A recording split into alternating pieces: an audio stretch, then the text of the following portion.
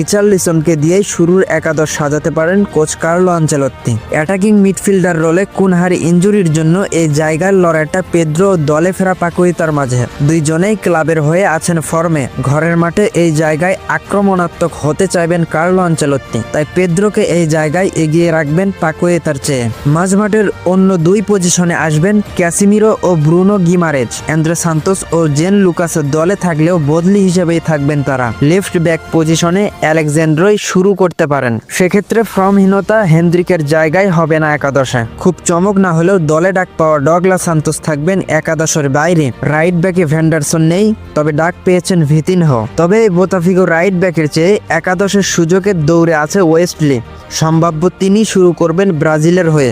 Centre ব্যাকের সে তুলনায় তিনজনকে দিয়ে দ্বন্দ্ব রয়েছে। ক্লাবের বড় নাম মেঘালাস, জাতীয় দলেও রয়েছে পারফর্মার। যে কোনো দিনে একাদশে সুযোগ পাওয়ার কথা তার। তবে সর্বশেষ 2